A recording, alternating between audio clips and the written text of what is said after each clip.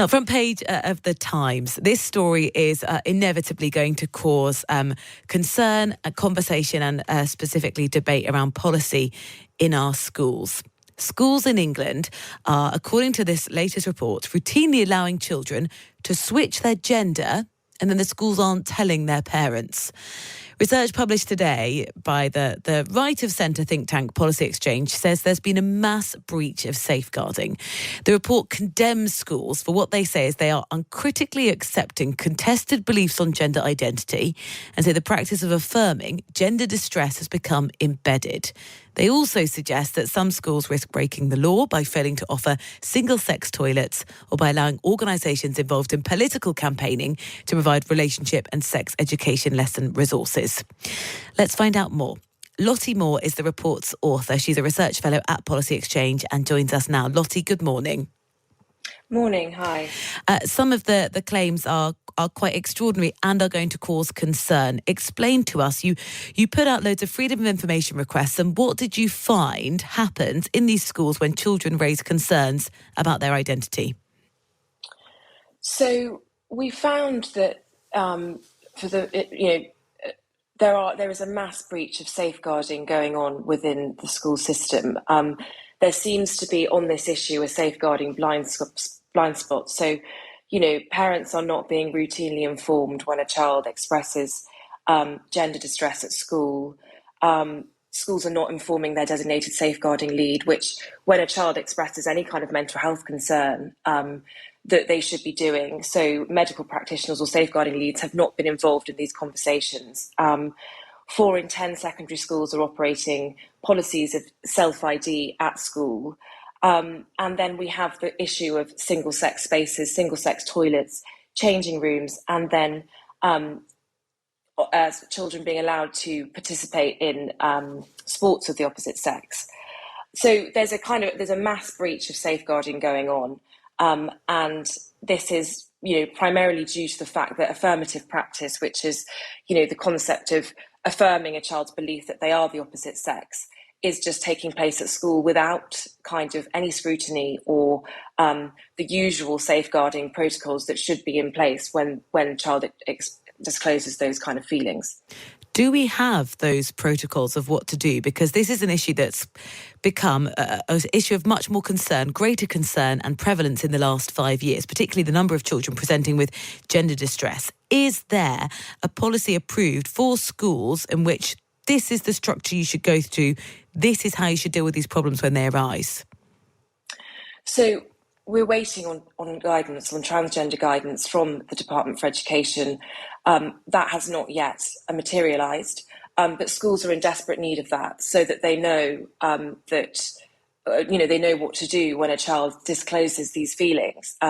Because, schools have been left to deal with the kind of influx of these of identities that present when these children come to school, and they are looking for direction and they don't have it. So it seems to us to be a case of where one child presents, it's a kind of as you go policy is implemented without sort of scrutiny or kind of deep thinking behind it. And so, whereas standard safeguarding protocol, which schools are well aware of, should be in place, there is specific guidance that's needed on this issue. Why is it that we're seeing such an increase in children? And it's this term gender distress. I don't know if you could actually define that for us before we keep on using it. But children coming forward and saying, I've got these problems, that's gone up so significantly in the last 5 years. Absolutely. So gender distress, which is diagnosed in a clinical setting as gender dysphoria, is described by the NHS as a term that describes a sense of unease that a person may have because of a mismatch between their biological sex and their gender identity. So the NHS is very clear online that this is not a mental illness. Gender dysphoria is not a mental illness, but it is a medical condition that involves treatment, and it is included as a health condition in the DSM. And it's considered within as a health condition within the international classification of the World Health Organization. So gender distress is, consider it like other mental health conditions, a kind of body dysmorphia, that a child presents with distress at their sexed body. And so we've seen this rise in numbers over the last 5 years. And there's the part of the problem is to how to treat these children is that we are we don't know exactly what's caused this kind of recent phenomenon. And particularly Dr. Hilary Cass, who was commissioned by the NHS to do an independent report into the Tavistock Gender Clinic, which is kind of well documented, has found, a lot of uncertainty and a lack on every level of kind of clinical expertise about what to do with these children, because we don't really know. There's so many unknowns in this current kind of caseload that's presenting, that means that finding an actual, to suggest an adequate solution has been really, really difficult. But certainly just blindly affirming that child is not appropriate anywhere, but particularly not in a school setting, which is the point that we make, that schools do not have the authority to make these decisions. Teachers are not medical experts, and they shouldn't be expected to affirm children, because that is an active medical intervention. And we know that social transition, which is the kind of process of changing to live with the attributes of the opposite sex, such as pronouns and hairstyles and that kind of thing, that is a pathway that then does lock in and can lead to irreversible medical intervention. And so it's really important. You're talking, Lottie, about children. Just define what age range you mean. Is this teenagers as well? Teenagers, yeah. So, I mean, there's been children as young as 4 that have presented at the UK's Tavistock Clinic, but our report is specifically looking at secondary school age children. So our FOI requests were to secondary schools, and this is a real problem in adolescence. The numbers, particularly among teenage girls, they begin to peak around 14, 15. Were you getting schools saying, actually, we need clarity, we want guidance and advice on how to handle this? Yes. Yeah, you've made several recommendations. Just if you could, it seems, though, that the main thing you're saying is that as soon as a child at school raises some of these issues, unless there is a compelling reason not to, parents need to be involved.